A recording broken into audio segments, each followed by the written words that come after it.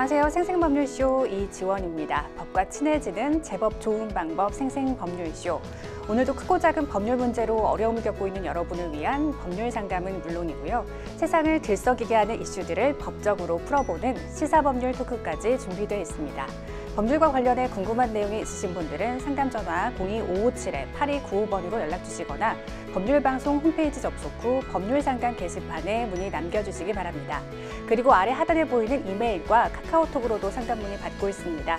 각 분야 전문 변호사가 무료로 성심성의껏 상담해 드리니까요. 많은 참여 바랍니다. 네, 지금 이 방송은 유튜브를 통해서도 실시간으로 함께 방송되고 있습니다. 많은 시청 부탁드리고요. 유튜브를 통한 소통의 창구도 활짝 열어두겠습니다. 그럼 오늘 도움 주실 변호사님 소개해 드리겠습니다. 법무법인 해인의 서혜연 변호사님 자리하셨습니다. 어서 오세요. 안녕하세요. 서혜연 변호사입니다. 네, 오늘도 억울하고 답답한 분들을 위해서 명쾌상쾌 통쾌한 상담, 유익한 상담 해주시길 기대해 보겠습니다. 생생법률쇼, 그럼 오늘 접수된 상담 미리 살펴볼까요? 나간다던 세입자 돌연 이사 비용 요구, 돌려받지 못한 선불금 법적으로 찾을 수 있나? 산재로 인정받기 위한 조건은? 가출한 아내 돌아오게 할 방법은? 네, 이렇게 다양한 분야의 상담이 접수되어 있습니다. 잠시 후 변호사님과 함께 속 시원한 해결책을 찾아보도록 하겠습니다. 시청자 여러분께서도 어떤 해결책이 제시가 될지 계속해서 함께 지켜봐 주시기 바랍니다.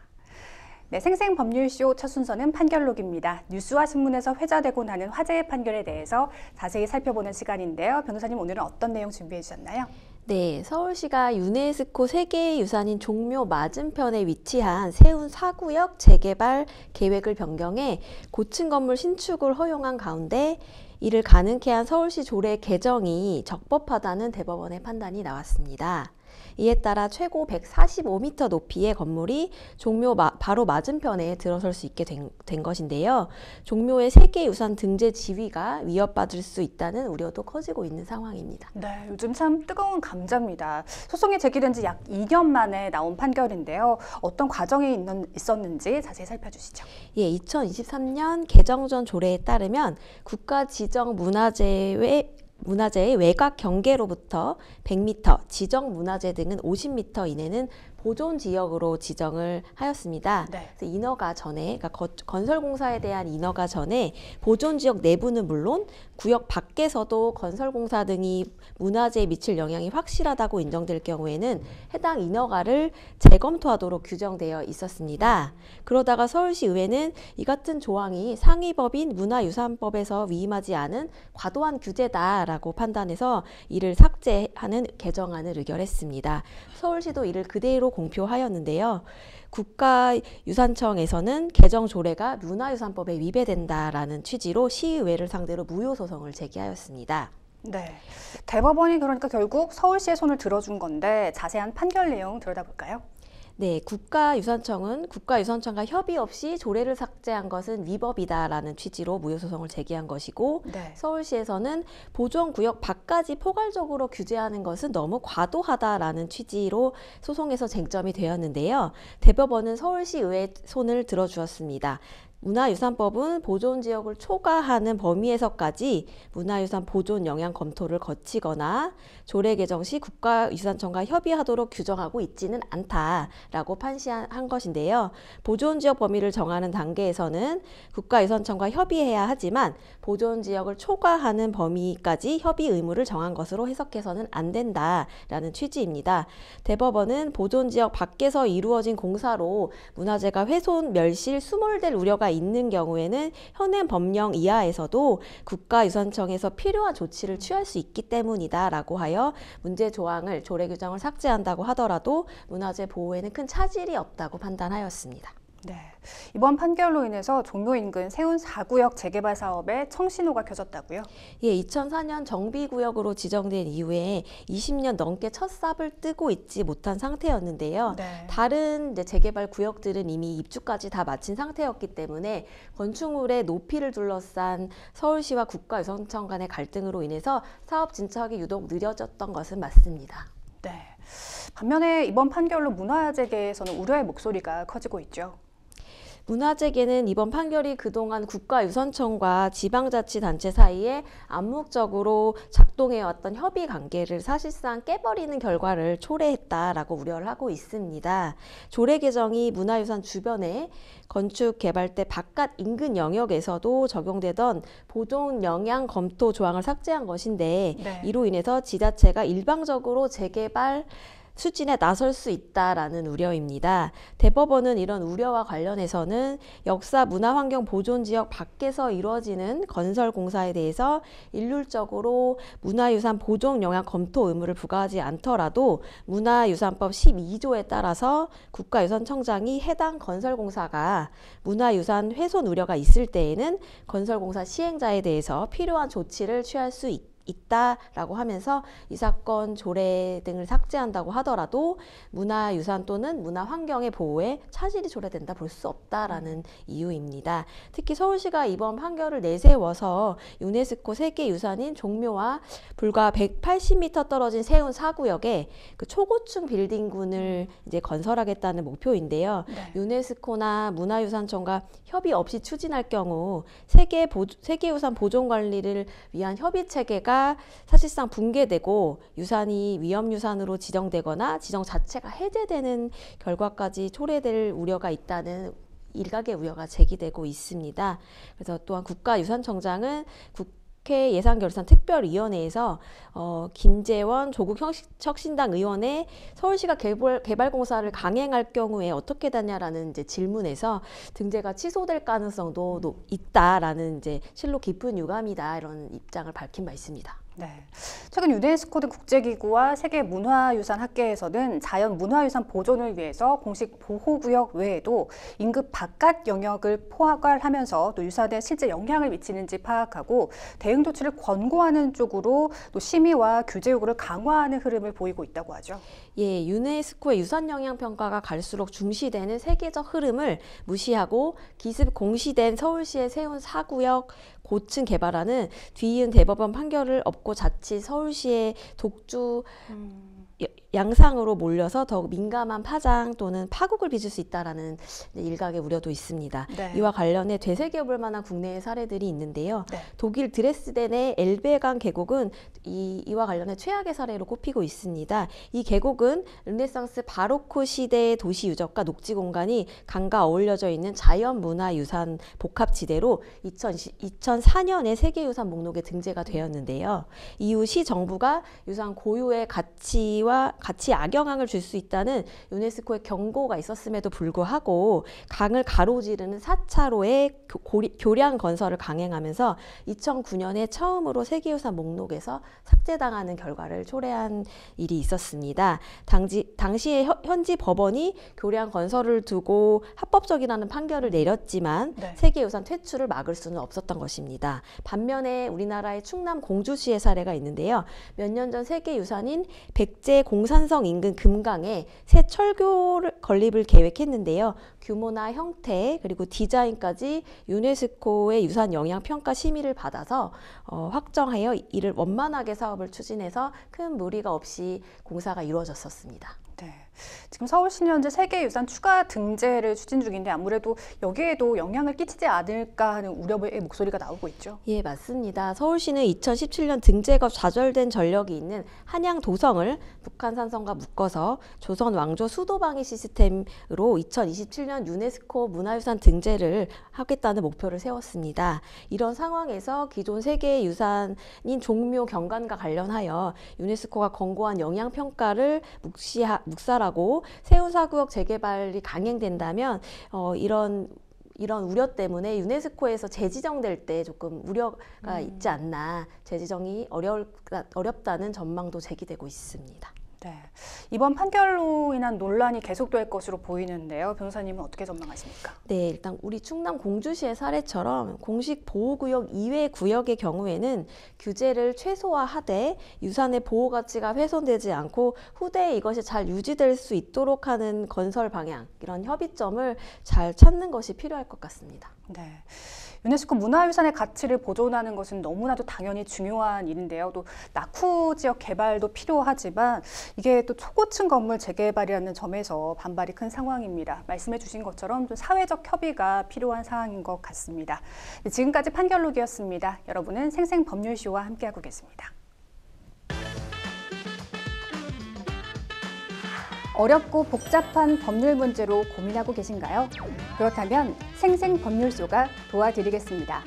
생생법률쇼에선 민사, 형사, 가사 등 각 분야 전문 변호사들이 매년 800여 건의 법률 문제를 속 시원하게 해결해 드리고 있는데요. 그럼 무료로 법률 상담을 받을 수 있는 3가지 방법, 지금부터 소개합니다. 첫째, 02-557-8295번으로 전화해 법률 상담 신청을 한다. 둘째, 법률방송 홈페이지에 접속해 법률상담 게시판에 사연을 올린다. 셋째, 지금 화면에 나오고 있는 이메일 주소로 사연과 연락처를 보낸다. 속 시원한 법률상담 프로그램 생생법률쇼, 지금 바로 상담 신청하세요.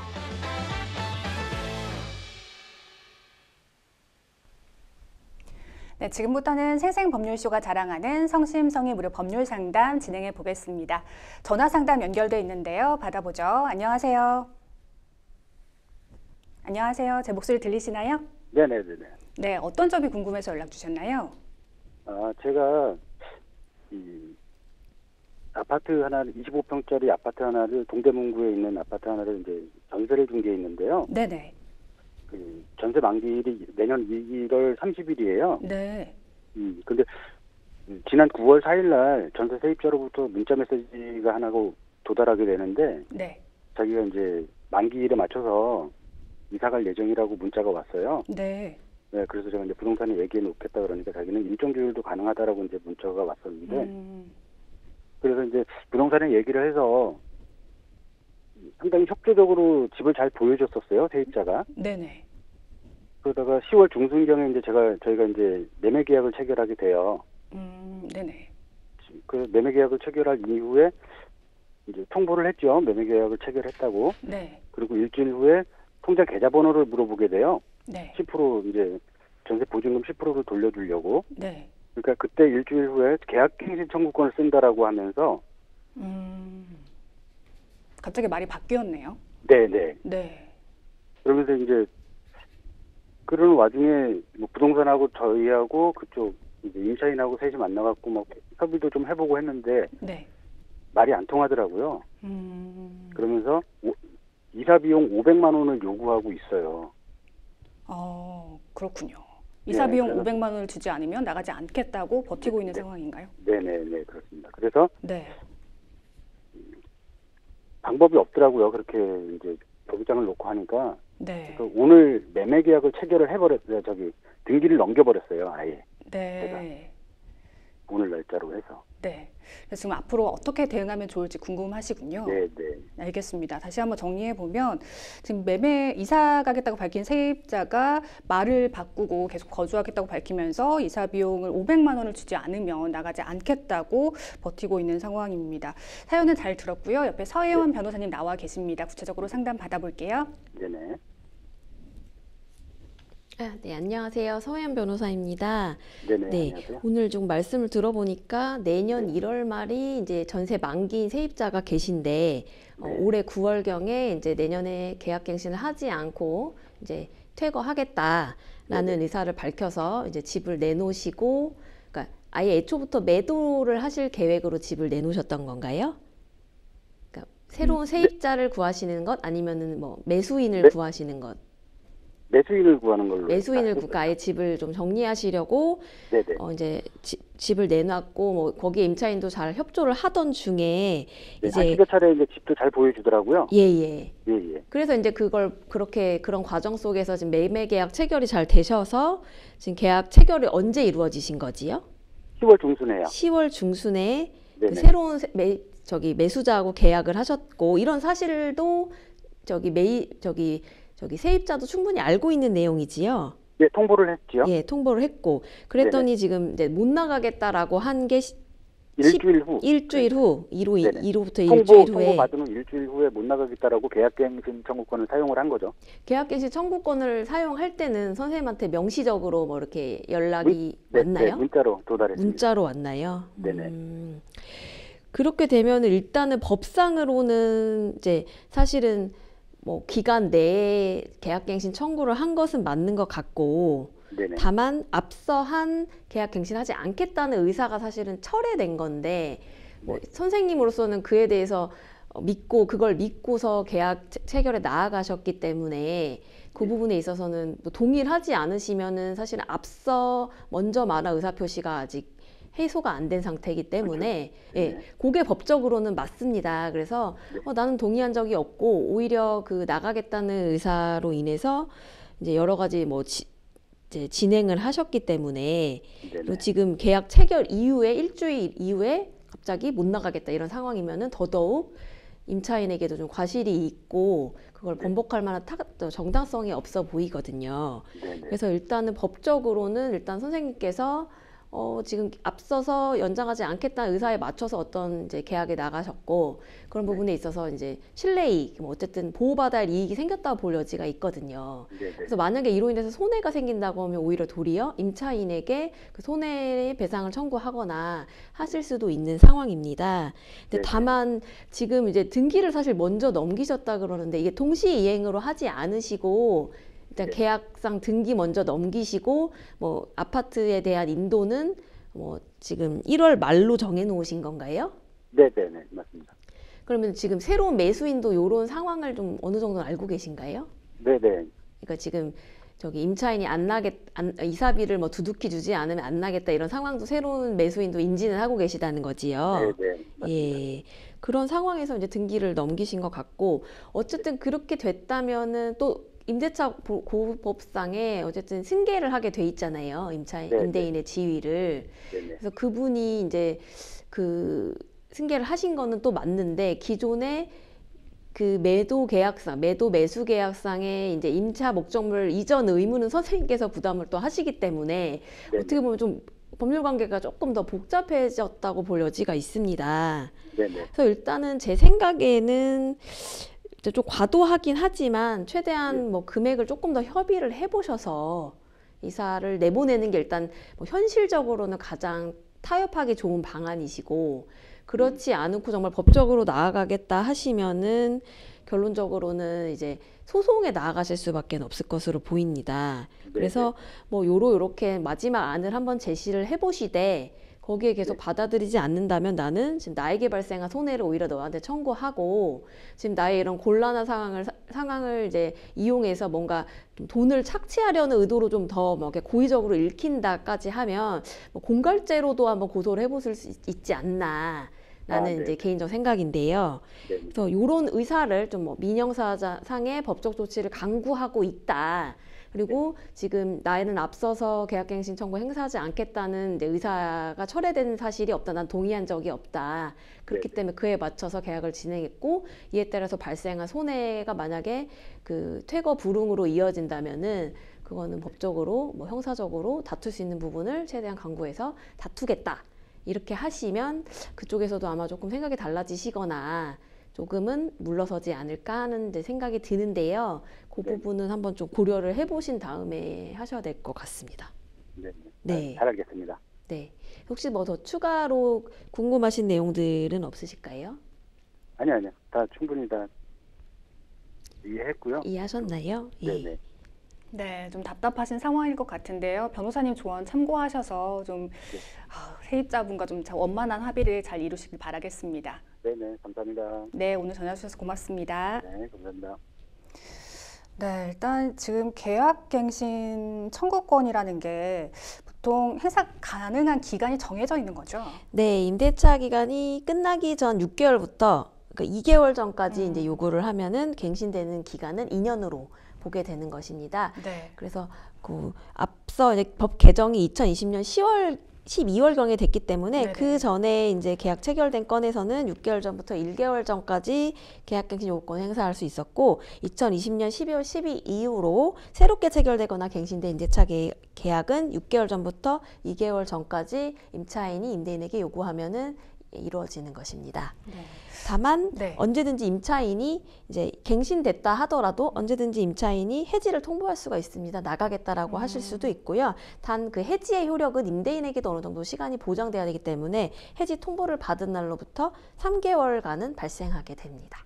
그럼 해지 통보를 했을 경우에는 어떤 부동산 비용이나 이런 재반 비용 등은 세입자 측에서 부담을 하게 되는 건가요? 일단은 계약갱신을 하고 나서 중도에 나가게 되는 형태는 그렇죠. 보통은 이제 임차인이 부담하는 형태로 아, 보통 약정을 하시게 되고요. 네. 기존에 계약 기간을 다 채우고 나갔다면 어차피 새로운 임차인을 구하는 것은 임대인의 뭐 역할이기 때문에 네. 추가로 뭐 임차인이 부담해야 될거나 하는 것들은 없고 오히려 이제 집 관련해서 뭐 조금 도의적으로 임차인에게 뭐 조금 이사비를 보조해주는 경우는 정말 도의적인 관례적인 그런 부분이 뭐 우리 좀 정이 많은 이제 국민이다 보니까 그런 네. 부분들이 있지만 법적으로 뭐 꼭 강제되는 것은 아니고요. 오히려 그 보증금 임대차 보증금은 어쨌든 임차인이 나갈 때까지 발생하는 어떤 임대인의 손해를 뭔가 이렇게 보장하기 위해서 받아놓는 돈이잖아요.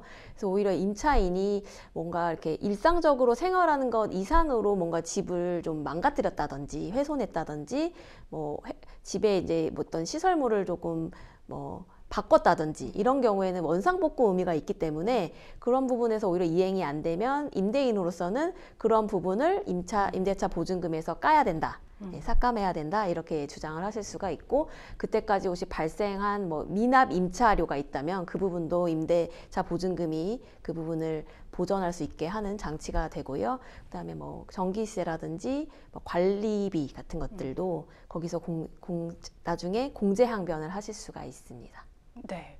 지금 변호사님께서 뭐 이사 비용과 보증금 관련해서 이야기를 해주셨는데 말씀해 주신 것처럼 이사 비용이라는 게 도의적인 책임을 지는 것이지 어떻게 법적으로 뭐 기준이 마련되어 있는 건 아니잖아요. 네, 맞습니다. 근데 지금 상담 요청해 주신 것처럼 세입자가 요구하는 500만 원 정도의 이사 비용 좀 상식적으로도 좀 너무 과하다는 생각이 드는데 어느 정도로 합의를 하는 게 좋을까요?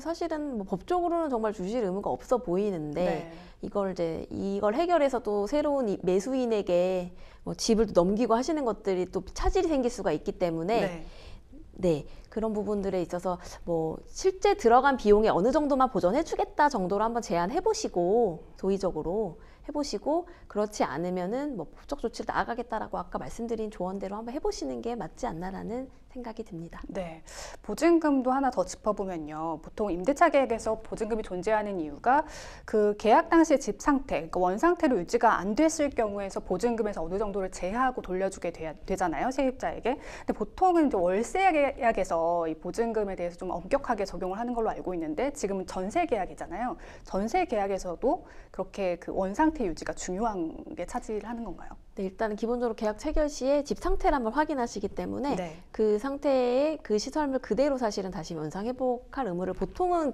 임대차 계약에서 예정을 하고 있습니다.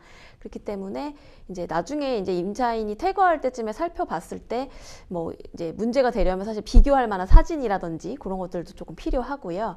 그래서 너무 과도하게 일상적 생활을 하면서 낡아지는 부분은 어쩔 수 없지만 그거 이상으로 뭔가 좀 개보수를 했다든지 뭐 망가뜨렸다든지 훼손했다든지 이런 부분은 체크해서 임차인 임대인 협의해서 사실은 임대보증금에서 이제 공제를 하고 돌려드리는 경우가 있는데 사실은 그 부분에서도 서로 의견이 다를 수 있기 때문에 이런 부분에 분쟁이 많이 생기기는 하는 편입니다. 네.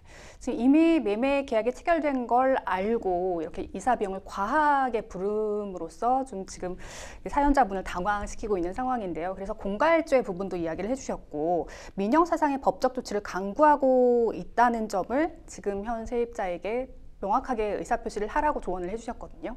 그렇지 않으면 지금 매매 계약을 체결한 상태에서 지금 매수한 분이 계시잖아요. 그분 입장에서도 상당히 당황스러울 것 같은데 그분이 또 법적인 문제를 제기할 가능성도 있지 않습니까? 네, 그래서 아까 조금 여쭤봤더니 그래도 네. 어느 정도 양해를 하고 계신 상황인 것 같아서 조금은 네. 다행인 것으로 보이고, 일단은 뭐 임대차 계약갱신 청구권을 그러니까 더 이상 청구하지 않는 건 어느 정도 서로 합의가 된 상태라서 아마 새로 매수인이 집에 들어오셔야 되는 거고, 그분은 이제 그 일정에 맞춰서 이제 임차인이 나가 주셔야 되는데 나가지 않고 이제 이사비를 좀 과도하게 요구하는 상황이니만큼 아마 새로운 매수인과 뭐 지금 매도인이 좀 의논하셔서 그 부분을 그냥 정말 좀 어떻게 보면 운운하이 뭐 더 때 들어주는 느낌처럼이라도 빨리 들어오는 게 더 좋으시다 하면은 네. 그 부분을 잘 협의해서 뭐 이렇게 진행하시는 방법, 그리고 금액을 좀 다운시켜서 협의를 해보시는 방법이 정말 현실적으로 말씀드리는 네. 방법이고 법적 방법은 아닙니다만, 네.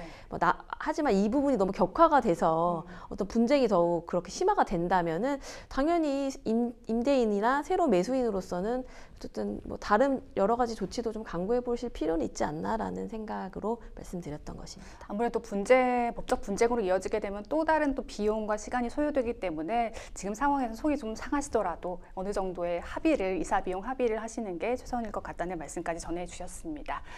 전화 상담은 여기서 마무리하겠습니다. 여러분은 생생법률쇼와 함께하고 계십니다. 어렵고 복잡한 법률 문제로 고민하고 계신가요? 그렇다면 생생법률쇼가 도와드리겠습니다. 생생법률쇼에선 민사, 형사, 가사 등 각 분야 전문 변호사들이 매년 800여 건의 법률 문제를 속 시원하게 해결해 드리고 있는데요. 그럼 무료로 법률 상담을 받을 수 있는 3가지 방법, 지금부터 소개합니다. 첫째, 02-557-8295번으로 전화해 법률 상담 신청을 한다. 둘째, 법률방송 홈페이지에 접속해 법률 상담 게시판에 사연을 올린다.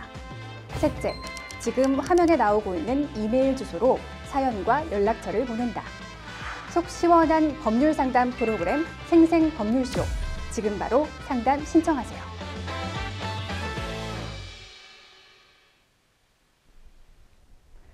네, 이번에는 법률방송 이메일을 통해 들어온 여러분의 고민을 해결해 드리겠습니다. 어떤 내용인지 만나보시죠. 저는 연립주택 철거일을 맡기로 하면서 계약 조건상 선불금 2천만 원을 업체 측에 송금했습니다. 그런데 나중에 알고 보니 해당 건물은 실제로 철거할 수 없는 상태였습니다. 그 무렵 갑작스럽게 뇌경색으로 쓰러져 일을 진행하지 못했고 병원비 마련으로 차량을 급히 처분하는 과정에서 아내가 차 안에 있던 철거 계약서를 모르고 함께 넘겨버려 계약서가 사라졌습니다. 이후 상대방은 곧 2천만 원을 돌려주겠다고 말했지만 2년이 지난 지금까지 아무런 반환도 하지 않고 있습니다. 이런 경우 상대방을 사기죄로 고소할 수 있을까요? 하셨습니다. 보통 일을 맡게 되면 돈을 받는 게 너무나도 자연스럽고 당연한 일인데요. 상담자님은 철거일을 맡으면서 2천만 원을 송금했습니다. 왜 이렇게 계약 구조가 된 건지 궁금한데요.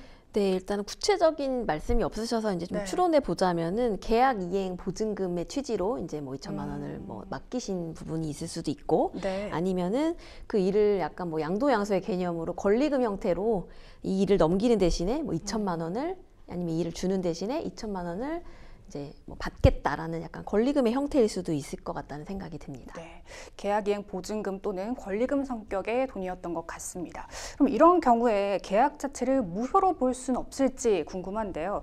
또 선불금을 돌려주지 않으면 이 사기죄가 성립할 수도 있을까요?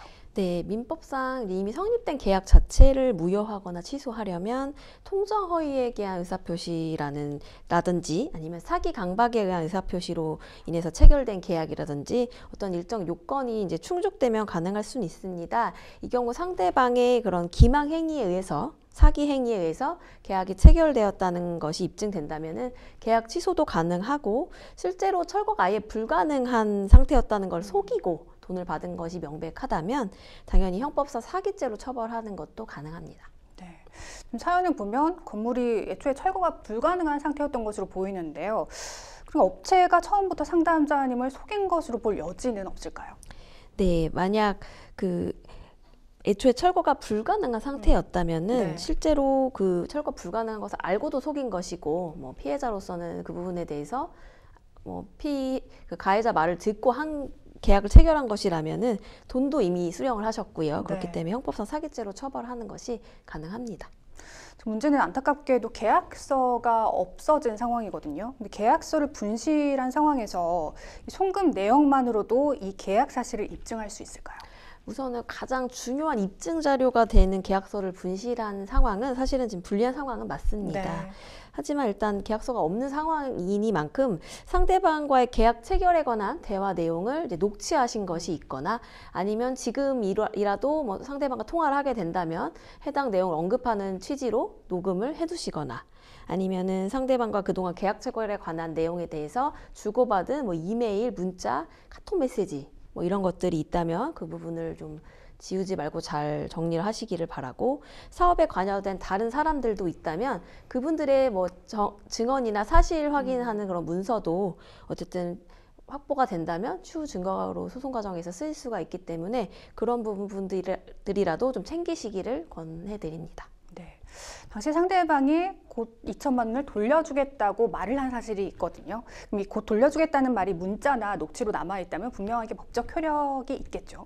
네, 단순히 그냥 어떤 돈을 돌려주겠다라는 거는 많은 것들이 생략돼 있기 때문에 네. 조금 구체화된 부분들이 필요할 수는 있습니다. 계약 체결 사실, 그러니까 뭐 네. 이러이러한 계약으로 계약이 체결됐고 그 대가로 뭐 보증금 내지는 권리금으로 3천만 원이 수수된 사실, 그 부분에 대해서 요청하는 내용, 그리고 그 부분을 갚겠다, 돌려주겠다라는 내용이 좀 나와 있어야 나중에 네. 이제 증거로 쓰일 수가 있을 것 같고요.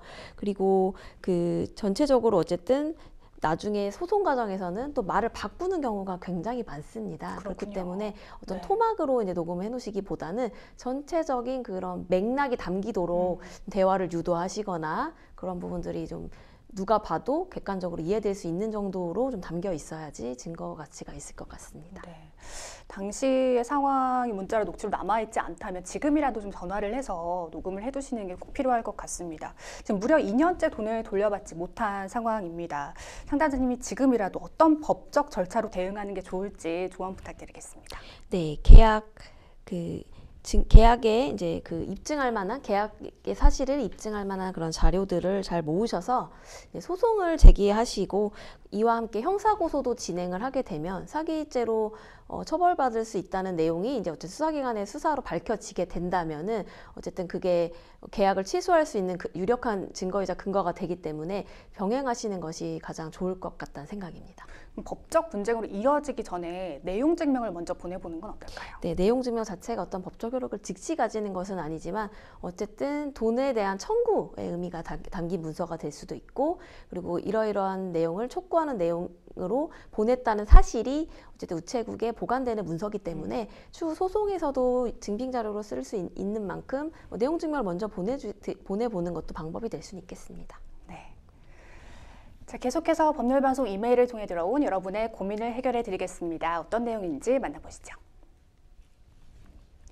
외국계 회사에서 영업부장으로 근무하던 남편은 직장에서 늘 실적 압박에 시달리고 있었고 실적 달성을 위해 시차가 큰 미국, 유럽으로의 출장이 잦았습니다.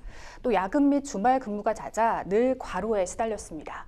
2주 전 남편은 회사 복도에서 의식을 잃고 쓰러졌고 병원으로 긴급하게 후송돼 검사를 받은 결과 뇌경색 진단을 받았습니다.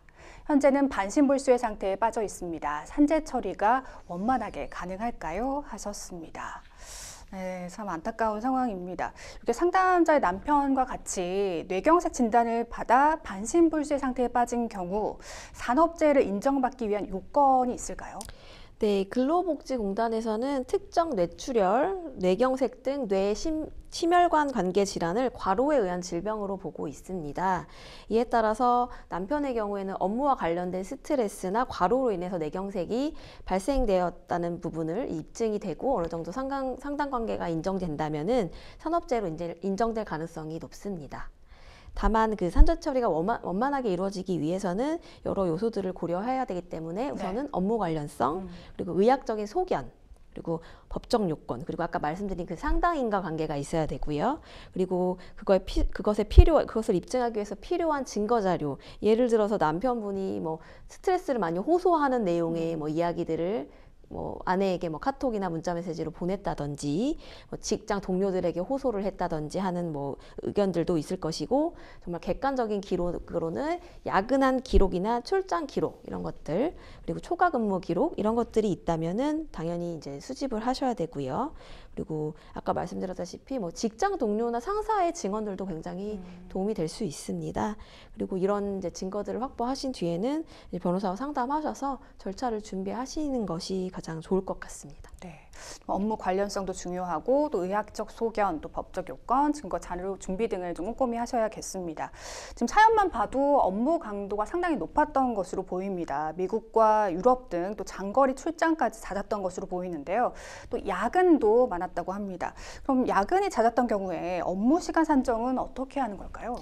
일단은 뭐 회사에서 지금 어떤 형태로 근무제를 운영하고 있는지, 어떤 직종인지는 사실 구체적으로 나와 있지 않지만 네.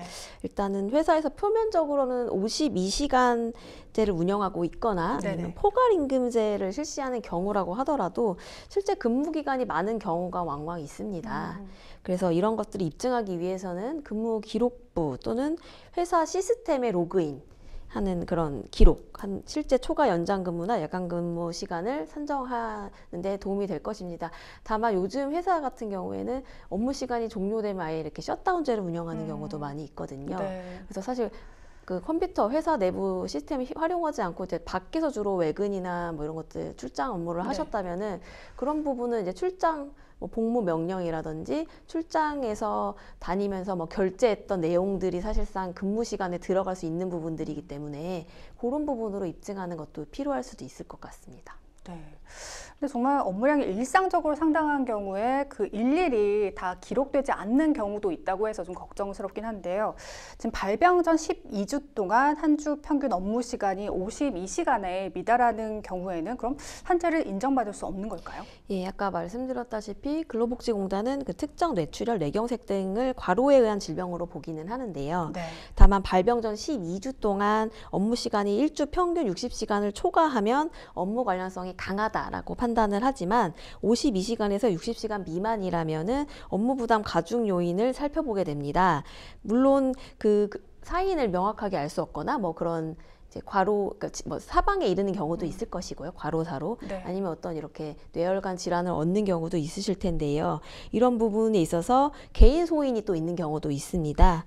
그런 경우를 이제 복합적으로 살펴보고 주당 64시간이 넘더라도 개인적 소견이 있었다거나 기왕 질병이 있었다거나 이런 네. 부분들은 이제 좀 애매하다 봐가지고 불승인 처분을 내리는 경우도 있습니다. 그렇군요. 그리고 52시간이 넘지 않거나 뭐 초과되지 않더라도 업무 강도가 봤을 때 뭐 택배 근로자거나 무슨 이렇게 좀 과도한 이제 노동을 신체 만약에 노동을 많이 하셔야 하는 되는 경우요? 이제 그런 네. 업무라면은 당연히 업무 시간과 상관없이 강도도 또 당연히 판단을 해야 되기 때문에 네. 이런 부분에도 인정된 사례가 있습니다. 네. 어쨌든 근무 시간이 산재 인정에 있어서 가장 중요한 기준이 되는 것은 분명한 거죠. 예, 맞습니다. 일단은 가장 중요한 기준이 되는 것은 부정하기가 어렵고요. 네. 다만 산업재해보상보험법에 따르면 특정 기준을 이제 충족을 해야 되는데요. 네. 발병 일정 기간 동안의 업무 시간, 평균 근무 시간을 중요한 요소로 보고요. 그래서 아까 말씀드렸다시피 발병 전 12주 동안의 평균 근무 시간 이제 52시간 초과 여부, 뭐 미달 여부를 좀 보고요. 네. 그리고 근로의 강도나 야근, 그리고 출장에 소요되는 근로 시간도 고려합니다. 그리고 이런 근무를 할 때 뭐 야간 근무나 이런 것들을 하더라도 좀 휴게 시간이 보장됐는지 이런 부분도 당연히 살펴봐야 되는 부분이고요. 네. 이런 부분을 업무 부담의 가중 요인으로 판단할 수가 있는 것입니다. 그리고 인력이 충분히 보충이 되지 않아서 계속 쉼 없이 교대 재근무를 하지 못하고 이제 일에 투입이 되셨다든지 배송량이 급격하게 증가해서 평소와 그 시간은 동일하지만 엄청난 노동 강도가 있었다. 뭐 이런 특별한 사정들을 좀 있다면 입증을 하셔야 될 것이고, 무거운 물건을 든다든지 하면은 혈압이나 혈류량이 급격히 증가해서 네. 뭐 기존의 기저질환이 약간 있었다고 하더라도 이것이 악화돼서 갑자기 그렇게 좀 급성 질환이 나타날 수도 있기 때문에 네. 이런 부분은 소송 과정에서 증거 신청이나 뭐 의료기록 감정 등을 통해서 밝혀야 되는 부분이 있을 수 있습니다. 네. 그러니까 근로 시간과 함께 업무가 신체적 부담으로 얼마나 작용했는지 여부를 좀 판단을 하고 개인의 기저 질환까지 좀 종합적으로 보는 것 같습니다. 그럼 상담자가 산재를 신청하는 경우 받을 수 있는 산업재해 보험 급여의 종류와 내용은 무엇인가요?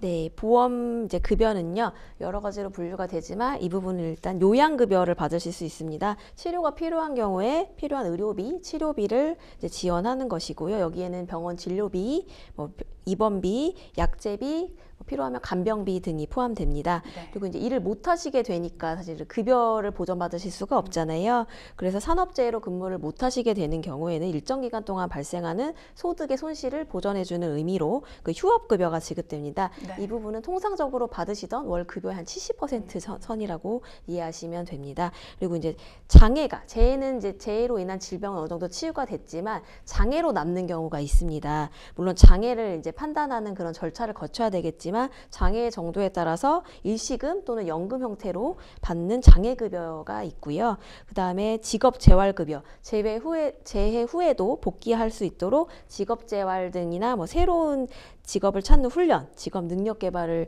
이제 위해서 필요한 비용이 이제 지원되기도 하고 실제로 이제 좀 회복하기 어려운 장애로 남는 경우에는 보상금, 장애 보상금을 일시금 형태로 지급받는 형태도 있습니다. 그리고 경우에 따라 이제 사망에 이르게 되는 경우도 있지 네. 않습니까? 그럴 경우에는 유족분들에게 유족급여가 지급됩니다.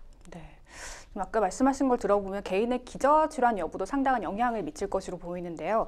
상담자의 남편이 평소에 고혈압과 고지혈증 진단을 받아서 병원에 다니고 있었다면 이 경우에도 산재 신청이 인정될 수 있는지 궁금합니다.